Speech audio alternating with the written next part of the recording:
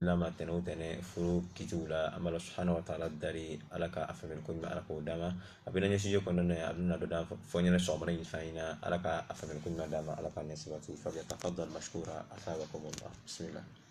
بسم الله الرحمن الرحيم الحمد لله رب العالمين ثم الصلاة والسلام على من أرسل رحمة للعالمين محمد بن عبد الله وعلى آله وأصحابه ومن تبعه بإحسان إلى يوم الدين أما بعد السلام عليكم ورحمة الله تعالى وبركاته بل ما لم يلكلوا باكي كونني باكي كوكا أمبي أوفو الإسلامية فولي silamaya foli tɛmɛni ko an bɛ ala tanu masamini tanuli ka kan an bɛ ala tanu lahala bɛɛ lajɛlen ala tanuli kɔfɛ an b'a ɲini ala sumana fɛ a ka nɛɛma n'a ka kisi a ko se a ka ciba a ka n'o ye an kuni mamadu alayhi salatu wasalam ani an bɛ ala dali an kuni mamadu ka so dungoya wa n'a ka sababu ani mɔgɔ mɔgɔ n'o t'o la ciba ka taa sara k'an bɛ ala dali ani o bɛɛ lajɛlen balima lamɛnnikɛlaw an ka walanda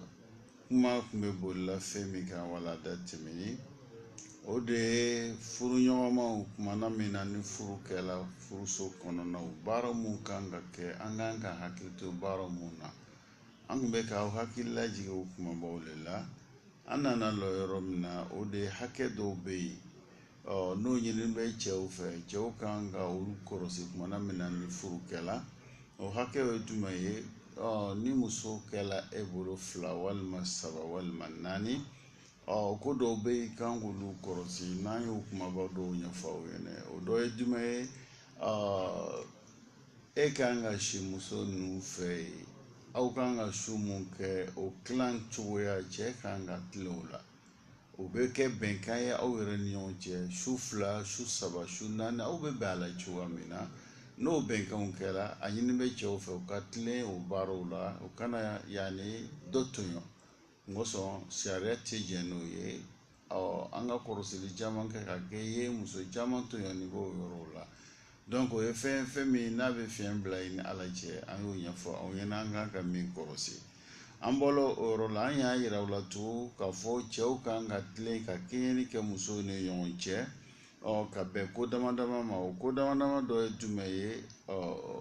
yani so min bɛ yen ni musow kan ka si o la cɛw kan k'o kɔlɔsi an karamɔgɔ fana ye min fɔ o la an y'o kumabaw ɲɛfɔ aw ɲɛna a b'o cogoya la nafakatu min bɛ bɔ ka di muso ninnu ma cɛw kan ka olu fana kɔlɔsi ka tilen o la an y'a yɛrɛ o la walada tɛmɛnen k'a fɔ yani siyɔrɔ so n'o ye so tasili ye n m'a fɔ lo min bɛ tilan o ni ɲɔgɔn cɛ o tɛ bon mun bɛ yen n'o kan ka si o bon ninnu kɔnɔ ani nafakatu min fana bɛ bɔ ka di musow ma an karamɔgɔw dɔw ye filɛli kɛ ka taa yɔrɔ 2 dɔw ye cɛ lahala filɛ mun ye cɛ lahala filɛ olu y'a yira k'a fɔ donc muso ninnu bɛɛ kan ka kɛ kelen yani cɛ bolo ka bɛn cɛ ka lahala ma donc o de an karamɔgɔ fanba taala min kɛ o y'o ye donc ni cɛ lahala filɛ la donc o de b'a to yani cɛ bɛ musow bɛɛ lajɛlen kɛ kelen siyɔrɔ la a bɛ so min bɛ yen n'o kan ka si o la so ninnu kan ka kɛɲɛ ka kɛ kelen ye o bɛɛ ni ɲɔgɔn cɛ ka bɛn cɛ ka sɔrɔ ma a b'o cogoya la nafakatu min fana kan ka bɔ cɛ bolo donc nafakatu nin ta bɔli la fana cɛ le ka bɛ filɛ ni cɛ filɛ la cɛ ka lahala o de bɛ kɛ sababu ye o bɛ cogoya min na an karamɔgɔ b'o o le jateminɛ ko o le kan ka kɛ ka bɛn musow ni ɲɔgɔn cɛ donc ni cɛ bɛ cogo min na baara bɛ kɛ ka bɛn o ma an karamɔgɔ fanba taala min ma o dɔ ye an y'a yira u la k'a fɔ walanda tɛmɛni k'a fɔ nin yɔrɔ na fana yani lɔnnibaga dɔw tagala olu ma cɛ lahala filɛ olu ka musow de lahala le filɛ n'o ye muso lahala filɛ olu b'a ye k'a fɔ musow o lahalaw tɛ kɛ kelen ye komi o lahalaw ma kɛ kelen ye o y'a siyɔrɔ man ka kɛ kelen o ye kelen nafakatu min fana bɛ bɔ ka di o ma o man ka kɛ kelen o kumaw fana bɛ yen donc n'u fɔ kun y'aw ɲɛna an b'a filɛ kuma dɔ ni nin ɲɔgɔn sɔrɔ an ka sigida la an bɛ hakili de kɛ k'an yɛrɛ dɛmɛ donc an kana kɛ mankan ye mankan bɛ kɛ sababu ye ka na ni tɔɔrɔ wɛrɛ ye an ka sigi kɔnɔna ka sɔrɔ an ma sigi ni min ye parce que an karamɔgɔ mun fana ye nin fɔ olu t'a fɔlaw kun fɛ o ye jateminɛ dɔw de kɛ masalan ele muso min ta ni o kɛla muso ye min se t'a fa ye se t'a ba ye ale yɛrɛ lamɔna gwɛlɛya kan ni le y'o le furu ni nana muso wɛrɛ furu muso min n'o fa ye setigi ye se sugu bɛɛ b'a ye donc olu fila o y'a lamɔ ma kɛ kelen ye ka bɛn o faw ka sɔrɔ ma ani olu yɛrɛ ka lamɔ ma donc ni le ko k'i bɛna olu kɛ kelen ye baara taga cogoya la i b'a ye ko bɛna ni ko ye ko min na cɛ man ɲi donc o le k'an karamɔgɔ ninnu bila n'o ta fɔli la karamɔgɔba b'o lo fana ra'ayi inda al-hanafiya inda shafi'i inda al-hanabila donc o la don aw ma n'a ma kɛ kalankɛla ye aw de kan ka a yɛrɛ kɔrɔsi ni nin kow ɲɔgɔn nana a b'a di kalankɛlaw ma olu bɛ se ka bɔ ni bɔda ye furuɲɔgɔnmaw ni ɲɔgɔn cɛ min bɛ kɛ sababu ye sabati bɛ na bɛn bɛn a tɛ kɛ ni mankan ye mais ni le ko ele bɛ kuma la ka sɔrɔ lɔnni ti ele la ele ka a faamuya t'i la i bɛna sira dɔ ta sira min ni bɛ jija i bɛ fɔ ne le di fɔna i b'a ye o ti laɲini ye nin de ye kuma ye lɔnnibagaw ni ɲɔgɔn cɛ mais nin kuma fila ninnu na fanga jumɛn bɛ jumɛn na min ka biri o le ye k'a yira cɛ lahala wa muso lahala kɔni cɛ le kan ka tilen ka bɛn alakira alayhi salatu wasalam yɛrɛ ka taabolo ɲuman ma komi aw b'a dɔn alakira alayhi salatu wasalam a ye muso caman lakafo muso caman minnu lakafo la olu ka lahalaw tun tɛ kelen ye mais o ma alakira bila yani k'a fɔ k'a ye wolomali kɛ ninnu ɲɔgɔn cɛ donc a y'o bɛɛ minɛ minɛ kɛ kelen na donc min kan ka kɛ min ye k'o kɛ o ye alakira tun ka baara kɛ ka bɛn min ma o ye ni alakira ye baara kɛ o cogo la min fana ɲini b'anw fɛ anw de kan ka alakira ladege a ka baaraw la an bɛ ala dali ni n'aw ka hakili ɲuman d'a ma hakili ɲuman bɛ se ka to an bɛ nin faamu cogo min na ka baara kɛ ka bɛn o ma ya rabbi ala m'o nɔgɔya an bɛɛ lajɛlen idan o miiriyaw fana saudiya lɔnnibagaw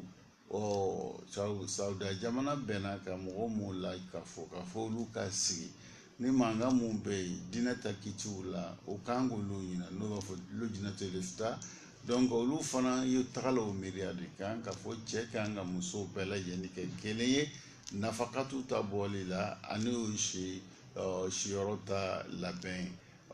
k'o kɛ kelen o la donc olu fana tagala o miiriyaw kan an bɛ ala dali ni aw ka hakili ɲuman d'a ma hakili ɲuman bɛ se ka to anw bɛ nin faamu ka baara kɛ ka bɛn o ma cogo min na ya rabbi ala m'o nɔgɔya an bɛɛ lajɛlen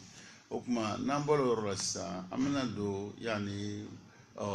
yɔrɔ min na o de ye an karamɔgɔw ka kuma ma la yajibu fi al-adl bayna zawjat an ye kuma tun bɛ bolila fɛn mun kan cɛ ye tilen a musow ni ɲɔgɔn cɛ baara mun na an y'olu le ɲɛfɔ aw ɲɛna donc n'a bɛna voyager kan ka kɛ cogo di cɛw ni muso kelen don muso fila don muso saba don voyager kan ka kɛ cogo di cɛ bɛ taga muso bɛ voyager la a bɛ voyager la cɛ ka ci la an y'o ɲɛfɔ a ɲɛna a bɛ voyager la muso yɛrɛ ka ci la an y'o ɲɛfɔ a ɲɛna donc n'a bɛ voyager la lon kan ka tilan cogo min na n'a kɔ segila kuma bolila olu kan donc tilen kan ka kɛ cɛ fɛ o la an y'olu ɲɛfɔ a ɲɛna a b'o cogoya kelen na fana yani su fila lo wa su saba lo su naani lo e kan ka tilen cogo mun na donc sariya y'o mun fɔ an da tɛmɛn'o la an bɛna min fɔ aw ɲɛna bi o de ye fɛn dɔ bɛ yen donc a tɛ ɲini k'a fɔ ko diyagoya ko cɛ tilen o baaraw ta kɛli la musow ni ɲɔgɔn cɛ an bɛna an karamɔgɔ y'o min fɔ aw ɲɛna an bɛna o lakali aw ye an bɛ ala dali ni n'aw ka hakili ɲuman d'a ma hakili ɲuman bɛ se ka to an bɛ o faamu ka baara kɛ ka bɛn o ma ya rabbi ala m'o nɔgɔya an bɛɛ lajɛlen idan an karamɔgɔ ko al-adl bayna zawjat fi al-mayl al-qalbi wal-istimta' اتفق أئمة المذاهب الأربعة من الحنفية والمالكية والشافعية والحنابلة على أنه لا يجب على الزوجة التسوية بين زوجاته في المحبة والميل القلبي والاستمتاع من الوطء وعدم القبرات والنظر وما إلى ذلك إذن أنغرا مغير أنام كفو فندو بي أتي يني تشيفة كوفالي يتلي a musow ni ɲɔgɔn cɛ ka bɛn o baaraw ta kɛli ma o ye fɛn jumɛn ye an karamɔgɔw mun tagala o kuma kan o de ye hanafiyaw ani malikiyaw ani shafiyaw ani hanabilaw olu bɛɛ lajɛlen an bɛ ka mun fɔ nin ye mazabu naani yɛrɛ de ye nin ye olu ko k'a tɛ diyagoya cɛ kan k'a ye tilen a musow ni ɲɔgɔn cɛ janya la ani kani na janya ani kani ani dagamuta dilan ta tɛmɛni na o tɛ fɛn ye fɛn min ye diyagoya ye cɛ kan k'ale ye se k'o kɛ a musow ni ɲɔgɔn cɛ bimana jɛnya ani kani o ye fɛn ye fɛn min ni cɛ t'o mara mɔsɔn cɛ seko tɛ o le la o ye dusukun ta baara le ye dusukun marabaga ye Ala de ye cɛ min n'ale bɛ ka dusukun nin doni ale yɛrɛ t'a dɔn fɛn min don a sago t'a la a t'a dɔn fana fɛn min don a kan ka min kɛ o dɔnni o se o t'ale bolo komi o t'ale bolo dusukun di ta baara le ye jɛnya ye dusukun ta baara le ye kani ye o kani n'o jɛnya nin o min ye dusukun ta baara ye Ala tɛ anw minɛ o ma a fana t'a ɲini anw fɛ k'anw ye musow minɛ kelen ye n'o dusukun ta jɛya ye ani o dusukun ta kani ye Ala t'o ɲini an ma anw fɛ a fana tɛ anw minɛ o fana baaraw ma ko parce que anw ma se k'o kɛ a b'o cogoya kelen na dilan ta tɛmɛni min n'o bɛ tɛmɛ furucɛ n'a furumuso cɛ o ye fɛn ye fɛn min fana cɛ ka mara t'ale la cɛ sago tɛ k'a fɔ ale ye se ka to dilan in tɛmɛ a n'a muso cɛ nin kɛ cogoya nin na nin waati cogoya nin na ka bɛn nin hakɛya cogoya nin ma nin si tɛ cɛ ka laɲini ye o mɔsɔn farifoni dɔ de bɛ na n'o ye farifoni ni jɛnya min bɛ na n'o ye dusukun ta baara ye baara mun n'o ye dusukun ta baara ni cɛ ta se t'o la an karamɔgɔw y'a yira na k'a fɔ donc a tɛ ɲini cɛ fɛ k'a fɔ ko f'a ye yɛrɛ garaba ni k'o baaraw kɛ an karamɔgɔ mun t'a la o kan an y'olu ɲɛfɔ aw ɲɛna nin kuma ninnu fana kuma kuraw don kuma dɔn an ɲɛ kɔrɔ ka sɔrɔ kuma kɔrɔmanw don kitabu mun bɛ yen n'an bɛ se k'olu filɛ ka bɔ hanafiyaw ka kitabu la o de al-mabsut ani fatul qadir ani hasiyatu radul muhtar ani tabiyin al-haqa'iq a bɛ nin kuma ninnu sɔrɔ o kɔnɔna la a b'o cogoya kelen na fana n'an tagala yani mazal malikiya hasiyatu dasuqi mawahibul jalil hasiyatu al-adawi an bɛ se ka ninnu kuma ninnu dɔw sɔrɔ a la min bɛ an karamɔgɔw ka a yira n na k'a fɔ dusukun ta baara o tɛ fɛn ye fɛn min n'o ɲinini bɛ k'a fɔ ko fo cɛ y'o baaraw kɛ shafiyaw fana natalaw ya kitabu fɛ rawdatu talibin mughni muhtaj alhawi alkabir mumkin a bɛ nin kuma ninnu sɔrɔ o kɔnɔnaw la wa kadhalika inda mazhab alhanabila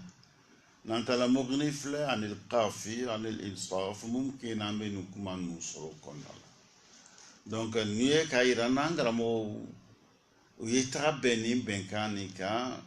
a b'a ye u b'a yira n na k'a fɔ yani fɛn do min kan ka kɔrɔsi an ka sigida la ngosɔn nin kuma dɔw i bɛ taa sɔrɔ cɛ n'a muso o y'a bɛnbaliya dɔw a bɛ sɔrɔ nin yɔrɔ ninnu na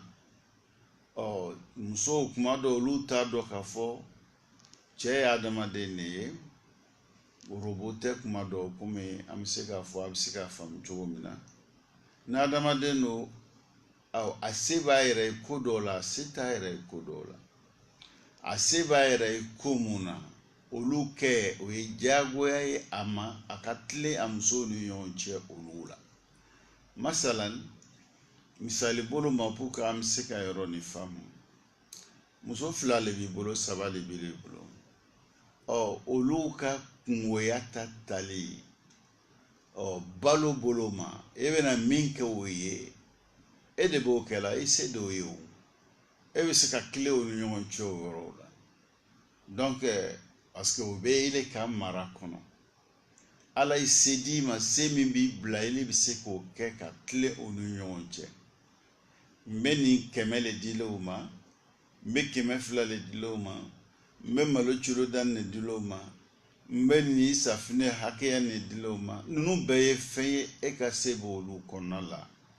donc ni le safne son di doma ima di doma donc iba e fienbe donc on est fienbe nile obara ke tuyoni nana ni tuyoni nana e ya kemina imo tuyonde iyere kun tuyon ka be mi ma mi bla bara ta keri la ni mo ya kuma kan labato kele bi no le chesiza abe ka unyene ka fami musole tuyona abe ka unyene ka fami toro la sela musole ma ka sori bi yere le tuyona ibi yere tuyona chudi e ka mi ya kuma kan ni mo bara o joni o masau ka masai no di alai nima ala ka nyamaria nile mo bara ala ko mi ele mason ko ke ala de ko kele ka soro le niye ale fana ko soro latige iye ale fana bi lon abalo soro mi bi la ale bodo abalo fana ele bi se ko ke do nile mo ke sisa ire tonyo iye toro la si yerema ngoso mi be na ansara nga baro lo de ala ale ba do donc elle était muso tunyona de o sebiye kango yoro koroti ambi ala dale ne na uka hakili manda ma hakili mam sato me nu fam chomina ya rabbal alamin ambela jeni izan ise fomu ka tle muso no yon chewe jagu yale anyo dofo nafakatu tabo safineta di na yona ni ordonnance be dire ma ebe ntasa be bakanitasa ele di se biye ka fo se ka o ordonnance nyine ka do ma no be fe tle nyine be che o fe mi no de ni angara mo be mi fo nyine ka benima o do ni ama mi fo la nyine no e duskunta bara e duskunta bara no e janya ni kani ani farfoni kumana mina ni glambe na timanu yonche jenya doni kani farfoni ole bena no baro takeli no o sediti eye ko eke kele no ma ke kele donc muso kango ro fam donc te cheka de foyer ambe ala dale nena u ka hakili mandama hakili mam skatu amenu fam chomna ya rabbal alamin kala bela jeni angara mo be mi fo ka benima odeni izan nga ala min bando ka timambe kan an yere kan na ya fo ka fo duskunta kanini janya ni farfoni no de ile bla ile masika barake kanga mi ke ala bado ni fana de ala ula male fana ele kanga mi ke ile mo ke ka so ile bisiko ke fana atedu hala made ala masadume al-alim angara mo ko kuma be min yin be chaufe islamo fe wati be angara mo ka ala to mi makafu yoro kele na no ba fo ko to bi konondo ni konondo o to bi konondo ni konondo mi nala ye karamo bla no yo le lakafu kitabu kono no lo ya loni sera ko ka beolema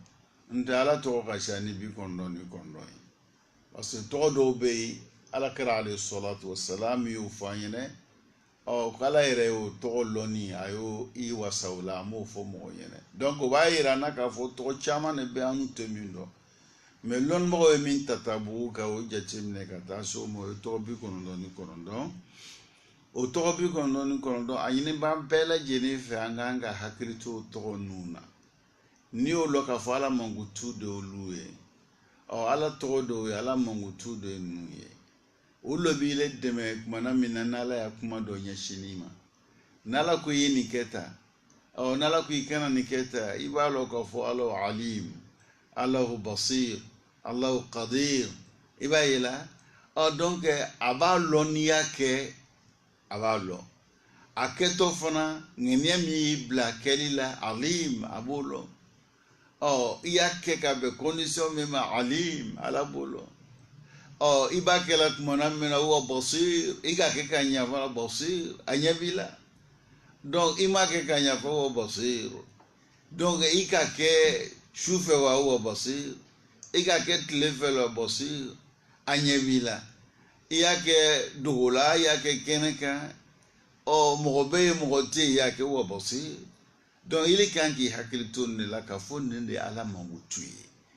ni ala ka yani ni mangutuye bangutu min na otebo ala la na sitero tala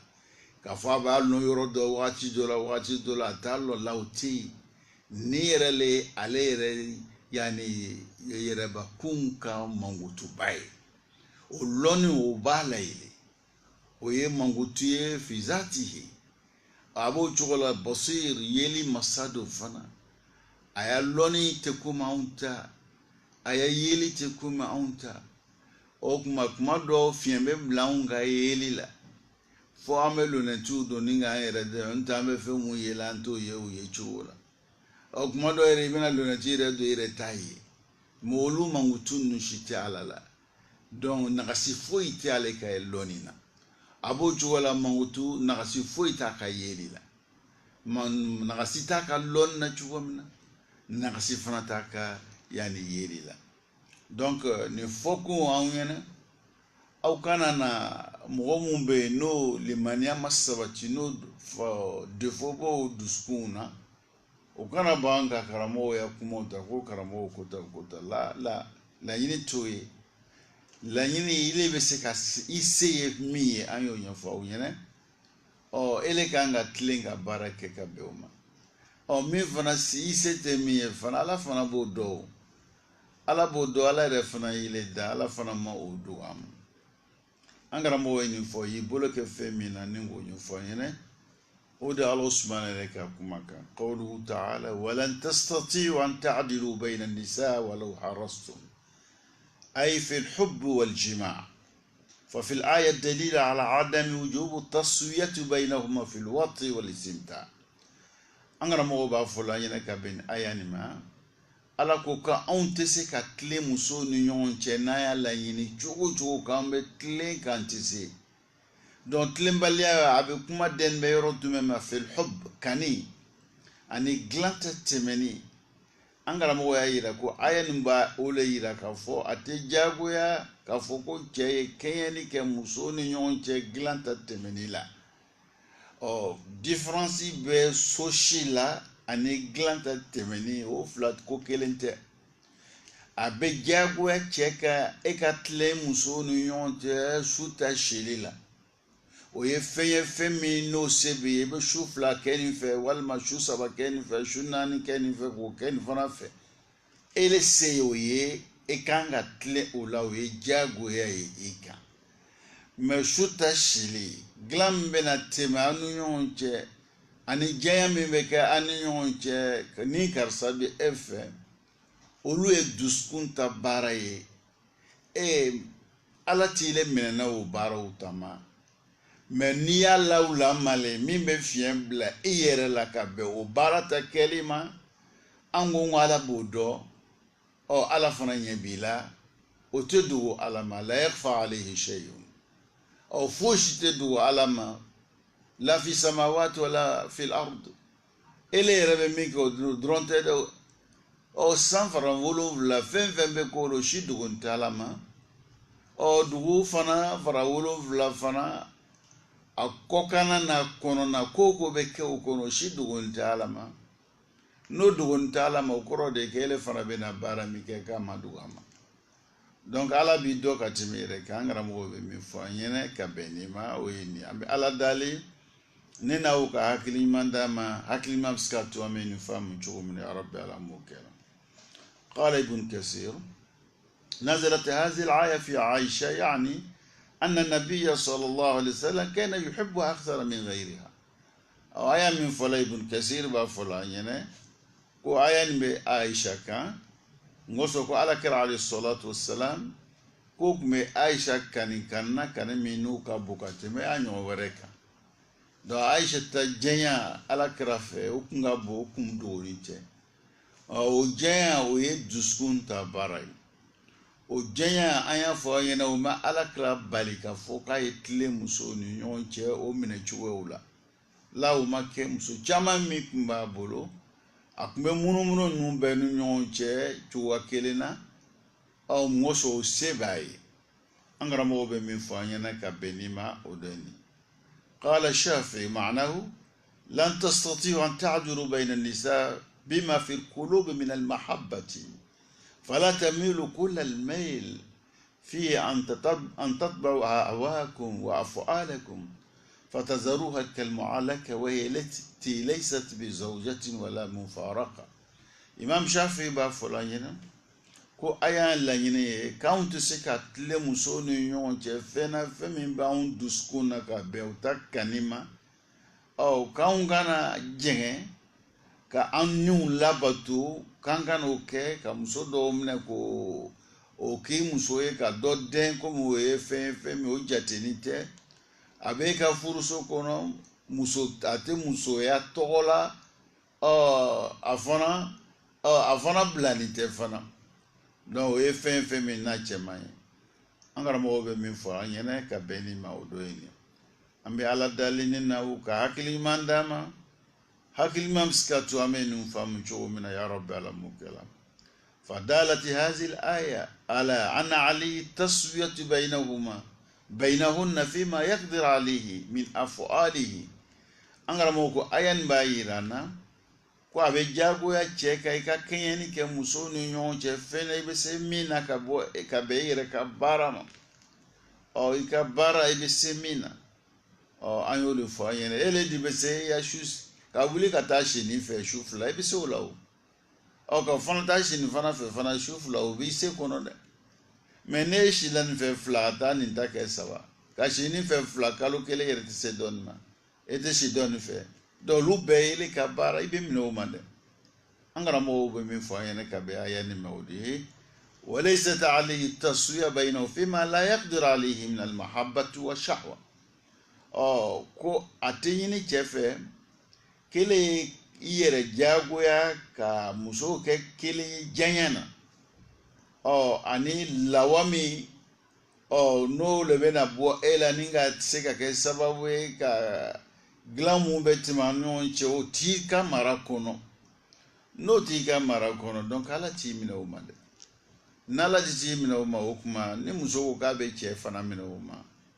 o kuma e fana ala m'a minɛ a ma ele ko k'i b'a minɛ o ma i b'a dɔn fana i fana don ala tɛnɛ la donc f'an ye ninnu faamu musow fana kan ka bɔ o kalama ala b'an bɛɛ dɔn donc muso ni cɛ y'a se le kɛla nin ye ala b'a dɔn n'a fana y'a kɛ ile fana tɔɲɔni le kama fana ala fana b'a dɔn kuma dɔ cɛw bɛ o yɛrɛ dogo ka kɛ komi yani se t'o ye o yɔrɔ ta fanfɛ yɔrɔ la mais ala b'a dɔn o an k'o le fɔ ala tɔgɔ bi 99 an ye to ka hakili to a la o dɔ ye alim a b'a dɔn a dɔ ye basir a ɲɛ b'a la fana a dɔ ye sami a b'a mɛnna fana donc n'u ye ala ka mankutuw de ye donc ninnu silama bɛɛ lajɛlen kan ka nin kɔrɔw dɔn ani laɲini mun b'a la donc munna ala ye nin mankutu ninnu fɔ munna y'a fɔ hikima jumɛn bɛ a y'a to an y'a dɔn k'a fɔ k'ale b'a lɔn mun de ye ala bila a y'a to anw y'a lɔn k'a fɔ ale ɲɛ b'a la ale fana b'a mɛnna a tɛ dogo la ale ma donc laɲini dɔw le b'o la olu bɛ an n'u lafiya le o bɛ hakili sigi d'an ma o yɛrɛ b'an n'u bila tile n'an ka baara la i ka kɛ yɔrɔ o yɔrɔ n'i b'i ka magasin da la n'i k'a lɔn ko ala bɛ a bɛ baara min kɛ la a lɔnni b'a bolo i bɛ baara min kɛ la a b'a ye la i bɛ kuma min fɔ la a b'a mɛnna donc ele bɛ yɔrɔ o yɔrɔ i bɛ ba fɛ ka baara fɛn fɛn kɛ ni ala mankutu lɔnni nin bɛ anw bila o le y'an dɛmɛ n'a ye o le bɛ an n'u dɛmɛ k'a to an bɛ baaraw kɛ kɛcogoya la min bɛ di ala ye ala k'an dan ten k'an bila a m'an bila ten gansan a ko an y'ale ala bato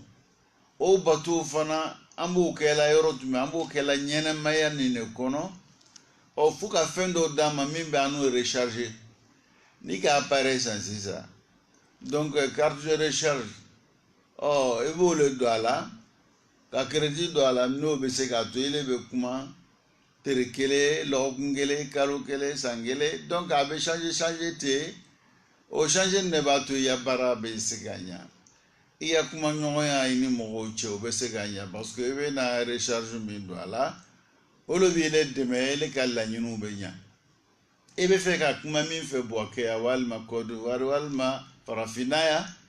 walima faragɛla donc olu bɛɛ bɛ ɲa ka bɛn mun ma i bɛna baara min kɛ crédit mun bɛ don a la olu b'a recharger olu b'ile dɛmɛ ni ka baaraw kɛ n'olu ma se n'o ma kɛ i b'a ye dan bɛ sigi ka baara kɛ cogo la kuma tɛ se ka kɛ waati bɛɛ lajɛlen dɔw bɛ cogoya min na walilahi masala ala k'an dan a fana b'o cogoya kelen de la a ka fɛn dɔw le d'an ma n'u b'a n'u dɛmɛ o dɔ ye jumɛn ye seli farida 5 b'an dɛmɛ ka se ka an recharger ka se ka ala ta kɛ n'i ye fajari seli fajari o bɛ ile dɛmɛ o bɛ recharger fo ka taa se seli fana ma seli fana bɛ recharger ka taa se lanzara fitiri safo a bɛ safo fajari a bɛ teli donc dɔw b'an recharger seli ninnu farida 5 ni ɲɔgɔn cɛ dɔ fana b'o b'an recharger semaine kɔnɔ n'o ye juma ye donc juma o b'an recharger semaine kɔnɔ donc dɔ b'an recharger san kɔnɔ n'o ye yanni sunkalo ye donc n'i ye sunkalo kalo kelen ninnu don o bɛ recharger i bɛ san kɛ n'a kɛla kɛ cogo la donc olu kan k'ile recharger cogo min na o bonus bɛ t'i bolo fo san kelen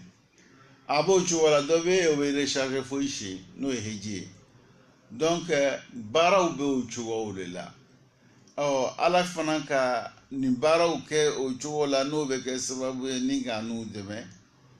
an bɛ min ɲini ɲɔgɔn fɛ an k'an ka hakili to min na o de ne n'aw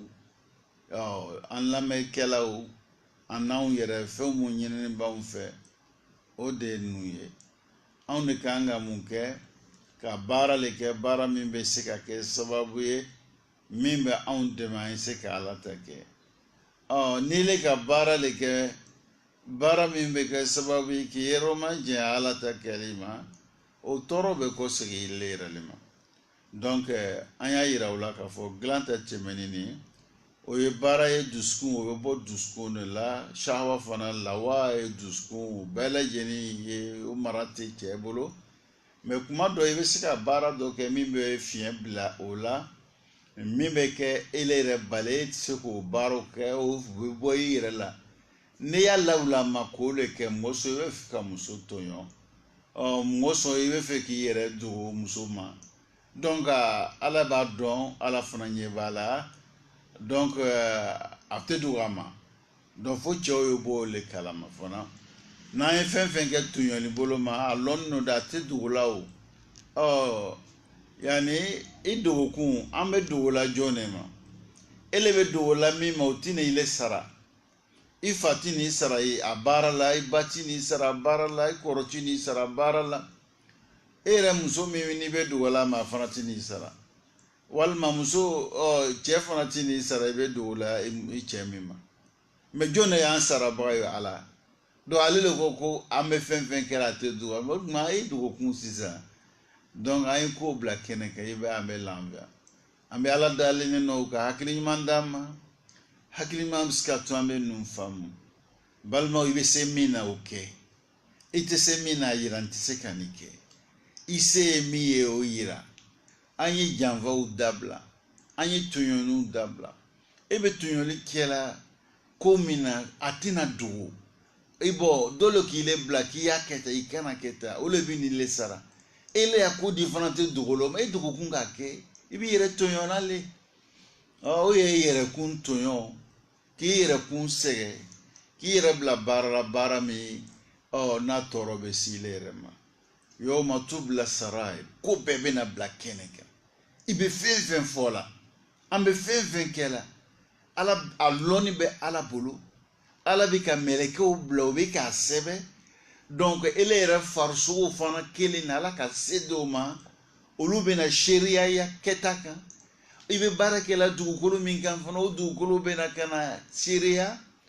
an delila k'a fɔ aw ɲɛna walanda tɛmɛni walanda dɔw tɛmɛna an ka baaraw bɛɛ bɛ na kamera kase le bɛ yen an b'a kɛla o kamera ninnu bɛ ka filime mɛ anw ɲɛ t'a la mɛ lahara n'a film bɛ na kuma fɔla yɔrɔ min na a fɔla fɔ cogoya min na dogo t'a la tonyɔni fana t'a la ni ka bɛ maa tonyɔna i b'a tonyɔna ka bɛn ko dɔ ma dɛsɛ dɔ b'i bila tonyɔni la nata b'i bila tonyɔni la fɛn mun bɛ mɔgɔ bila tonyɔni la o dɔ ye nin dɛsɛ o b'i bila i bɛ tonyɔni kɛ nata o b'i bila i bɛ tonyɔni kɛ donc ala ka sani ka bɔ nin bɛɛ lajɛlen dɛsɛbaga tɛ natabaga tɛ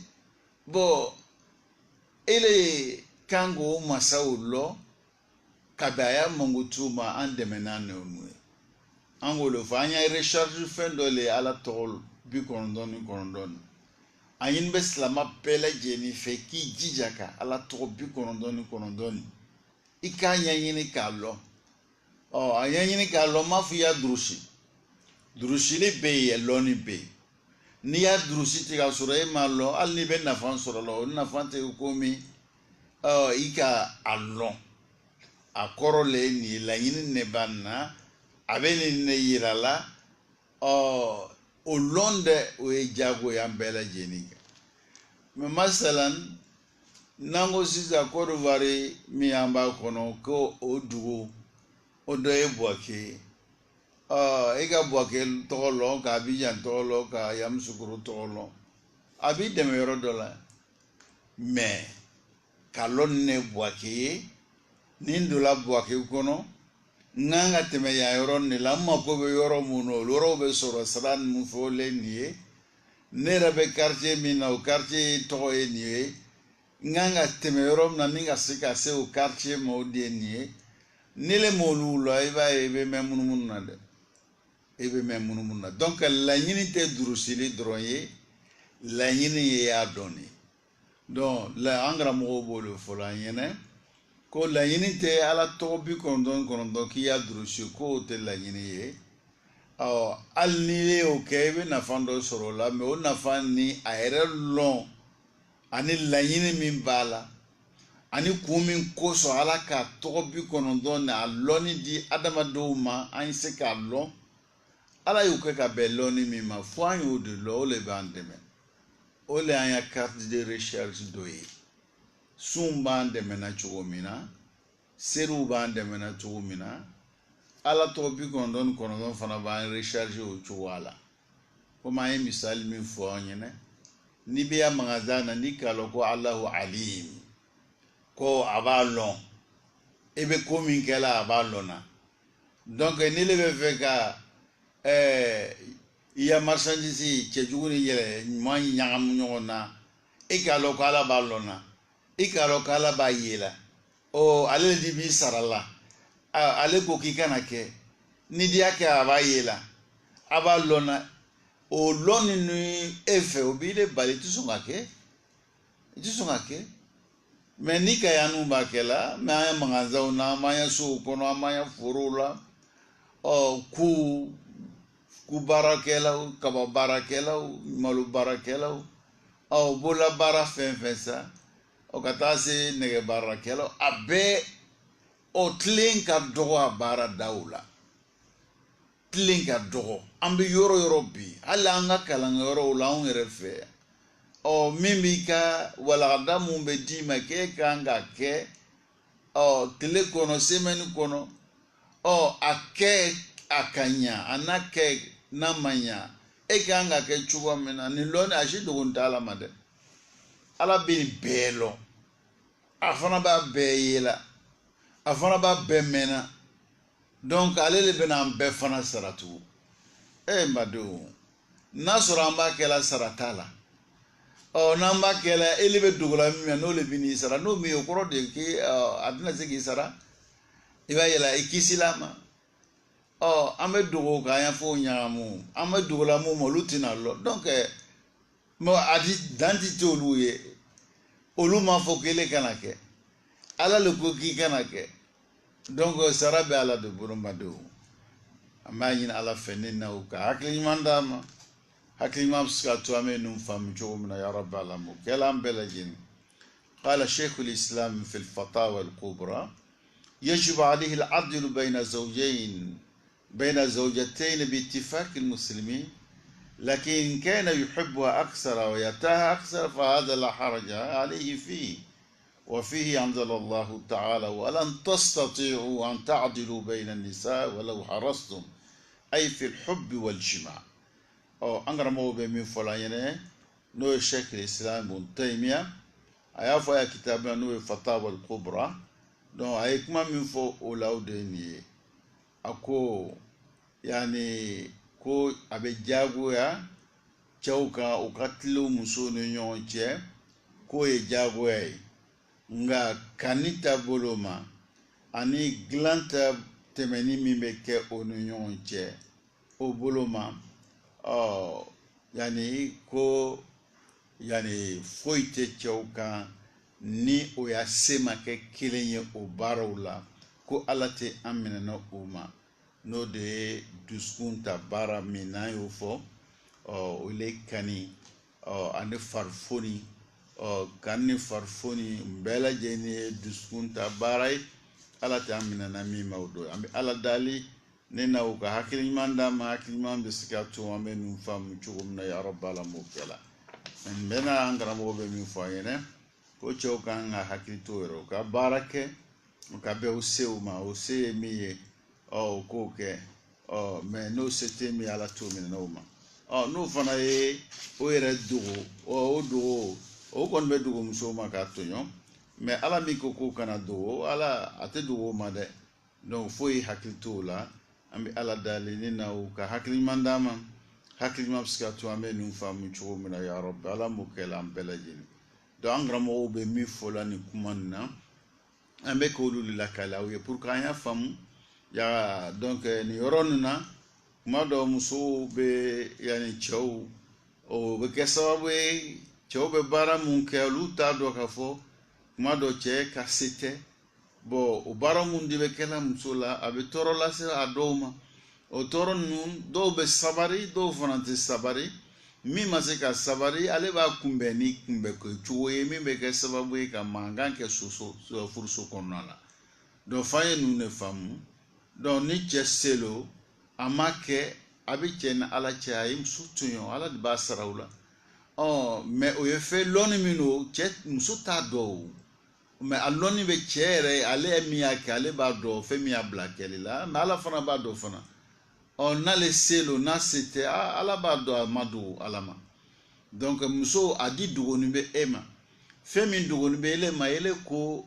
kele bɛ jagoya kele bɛ o tigi sara o baara kɛli la e de t'a sara kɛbaga ye ele bɛna fɛn de kɛ fana min bɛna kɛ sababu ye laɲini tɛ sɔrɔ a bɛna ni tɔɔrɔ wɛrɛ ye o de bɛ yen an bɛ ala dali ne na o ka hakili ɲuman d'a ma hakili ɲuman bɛ se ka to an bɛ nin faamu cogo min na an karamɔgɔw ka kumakan ni an k'olu de lakale aw ye pour que an bɛ se k'a faamu ja nin min bɛ nin ye an karamɔgɔw kumana kan kuma cogo min na o de ye الإجماع دليل أيضا قوي مما يدل على ما نحن فيه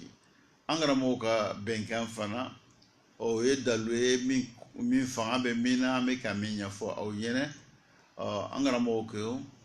يعني نقل غير واحد إجماع أهل العلم على عدم وجوب التصوية بينهن في المحبة والميل القلبي والاستمتاع وعدم الخلاف في ذلك angole kelen fo lon bo benaminka o dole ni o ka fo ka klinke o ni ɲɔgɔn cɛ dusukun ta baara la ani dagamutali la ko la قال في المغني لا نعلم خلافا بين أهل العلم في أنه لا يجب التصوية بين النساء في الجماع لأن الجماع طريقه الشهوة والميل ولا سبيل إلى التصوية بينهم أنغرا مويا إيرانا جلانتا تمني o sira ye lawa ye ani dusukun ta miri ka taga yani musoma ko sira foyi to min bɛ sira tɛ cɛ bolo min b'a bila k'ale se ka yani muso 2 walima 3 4 min b'a bolo k'a ye se ka kɛɲɛli kɛ olu ɲɔgɔn cɛ dusukun ta diɲɛ la ani lawa min n'ala y'o don a fari la k'a ye se k'o lawa labaara cogo la a sago la donc ko o t'a bolo n'o t'a bolo wala yaqdir ala takalufiha bitasannu a fana tɛ se ka a yɛrɛ jago k'ale b'a baara la ka bila a yɛrɛ la ka lawa bila min bɛ se k'a bila ale se ka baara kɛ la o t'a bolo wa tanbani ala nashat ta'alaq bil mayl ko ale yɛrɛ ye fɛn kɛ min b'a to a bɛ farifoni ka la k'o se t'a ye donc k'ole se t'a ye فالموضة والميل القلب عمر غير مقدور عليه كاني أنا دسكون تا جنة كان بولو ما جسيتولا أنغرا مغوبة من فاينة كابيني ما أودوني قال ابن القيم لا تجب التسوية بينهما في الوطء لأنه موقوف على المحبة والميل ابن القيم وفنالون بغباي أنه شكل إسلام كالندي ويا يرغفو glanta tɛmɛni musow ni ɲɔgɔn cɛ ka bɛn cɛ ka baara ma ko cɛ tɛ se ka tile u ni ɲɔgɔn cɛ o la parce que k'a fɔ ko a bɛ min kɛ nin fɛ a y'o nin kɛ nin fana fɛ donc glanta tɛmɛni bolo ma ko se t'a ye munna ko lɔnni bɛ kanni ma ani janya olu de ye fɛn ye o bɛ dusukun yɛlɛmabaga o b'olu bolo n'o ye ala de donc ala wa muqallibul qulub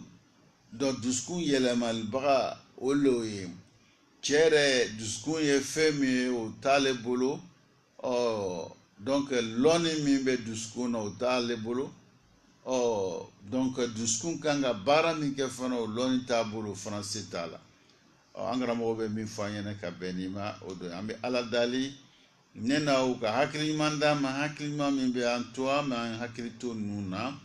واستدلوا لاستحباب التسوية بينهما في الوقت أنه أبلغ في العدل ما أنغرا مو كون بنا ko cɛ jija ka kɛɲɛni kɛ musow ni ɲɔgɔn cɛ hata dilan ta tɛmɛna ka bɛn a yɛrɛ seko ma o le bɛ tilen o le bɛ o dafa tilen bɛ dafa o le la o le fana bɛ kɛ sababu ye fana ka nun kanu k'olu jidi nun ta janya k'o sabati u ni ɲɔgɔn cɛ an k'o fɔ n ko cɛ i ka baara kɛ ka bɛn i ka se ma donc i kana baara kɛ min bɛ fiɲɛ bila i la ka fiɲɛ bila i la n'o bɛ kɛ sababu ye ele kan ka baara min kɛ n'i le m'o kɛ donc o tɔɔrɔw bɛ kɔsegin i kan i ma an bɛ ala dalen ni na u ka hakili ɲuman d'a ma an bɛ se ka nin faamu cogo min na ya rabbi ala m'o kɛ la nin yɔrɔ nin na an bɛna misali dɔ d'aw ma pour que a b'a lɔn a fana bɛ hakili to n ya kuma cogoya la masalan rasuluna muhammad alayhi salatu wassalam an ka cibaga n'o ye an kuni muhamadi ye a b'a fɔ la an ɲɛnɛ ko sɛbɛnnikɛlan kɔrɔta la ka bɔ mɔgɔ 3 ma rufi alqalam ani salasa sɛbɛnnikɛlan kɔrɔta la ka bɔ mɔgɔ 3 ma o mɔgɔ 3 an ma laɲini jumɛn an-naim hatta yastayqiz mɔgɔ min bɛ sunɔgɔ la sɛbɛnnikɛlan kɔrɔta la ka bɔ ma fo n'a kununa ka bɔ sunɔgɔ la donc an bɛna misali mun d'e ma sisan sunɔgɔ la sunɔgɔ y'i bali i ma se ka wuli ka fajari seri sunɔgɔ le k'i bali e ma se ka wuli ka fajari seri a seri wagati la donc an karamɔgɔw ko sunɔgɔbagatɔ sɛbɛnnikɛlan kɔrɔta la ka bɔ o ma donc an bɛ mun faamu nin na sisan sunɔgɔ min kɛla sababu ye n'ele ma se ka fajari seri ka a wagati la donc ala t'i minɛ o ma parce que o sunɔgɔ o t'i le bolo o t'i ka mara la i se t'o ye k'a fɔ n bɛ sunɔgɔ wagati in na n kana sunɔgɔ wagati in na donc e yɛrɛ bɛ sunɔgɔ wagati yɛrɛ i t'a dɔn i sunɔgɔla miniti min na lɛri min na o lɔnni t'i bolo i kɔni b'a se n kɔni lala lɛri nin na n lala 2 heures mais i sunɔgɔla ka bɛn 2 heures miniti da jumɛn ma o lɔnni t'i bolo ala fana t'i le minɛ n'olu ma nka fajari be seri 5h du matin ou 5h30 ni fajari be seri 5h30 e ka su bɛɛ lajɛlen kɛ film filɛ la télévision filɛ ani film filɛ ani temiw ni barolangolon donc ka su kuru bɛɛ kɛ o la fo ka taa se su 4h ma 4h sela mɔgɔw kan ka i yɛrɛ labɛn ni ka kɛ misiri ma ɲini ye 4h sela kuma ye alhamdulillah labɛn sunɔgɔ kɔni dɔ kɛla labɛnw de kan ka kɛ sisan i kan ka wuli n'i bɛ ko ka ko n'i bɛ seji ta a nafila dɔw seli sɔngɔ to ye i wuli ka taa misiri la o wagatiw de surunyana o labɛnw wagatiw sela o de kɛlen ka sunɔgɔ wagati ye e de ka su bɛɛ lajɛlen kɛ télévision filɛ de la ani film filɛw de la ani barolangolonw donc diɲɛ nala wagati la i kan ka kunu wagati min na e de lala o wagati la balima yɛrɛ y'a filɛ e kan ka kunu wagati min na k'ala bato e de lala o wagati la cogo di e bɛna wuli wagati jumɛn donc n'i le ma se ka wuli ka fajari seri jɔn nɔ l'o ye hali an b'a fɔ ko rufi alqalam ani naim ko sɛbɛnnikɛlan bɔra sunɔgɔ kɔrɔtala ka bɔ sunɔgɔbatɔ kan la donc sunɔgɔ ni ele nɔ b'a la parce que i ye baara le kɛ baara min n'o le yele bila sunɔgɔ nin na ala fana b'a dɔn a ma dogo ala ma non n'ala b'a dɔn a ma dogo ala ma i b'a dɔn ele ka ko ala de bɛ sarabaga ye i b'a faamuya la anw bɛ misiri la n'an mi le ye an tɛ se k'e juger parce que sunɔgɔ de tɛmɛna ni ye mais fɛn min y'a kɛ sunɔgɔ tɛmɛna o lɔnni t'an bolo an fana t'i le minɛ o ma donc o ɲɔgɔn si dɔ le ye nin ye donc n'an y'a fɔ muso cɛw ɲɛna k'a fɔ ala t'o minɛ na parce que k'o ma tilen o cɛw ni o musow ni ɲɔgɔn cɛ kanni na ni diɲɛ la ani dilan tɛ tɛmɛni la mais baara dɔw bɛ yen olu le bɛ kɛ sababu ni k'olu bali ni kɛli la n'o y'o baaraw kɛ o minɛ ala b'o minɛ o ma dɛ donc f'an kana ɲinɛ min ko fana o dɔ y'o ye f'an y'olu le fɔ an k'o le fɔ an y'a ko dogoni tɛ ala ma a b'a bɛɛ lɔnna a b'a bɛɛ yela a b'a bɛɛ mɛnna fana donc k'i ni yɛrɛ sɛgɛn balimacɛ n balimamuso fana i kana yɛrɛ sɛgɛn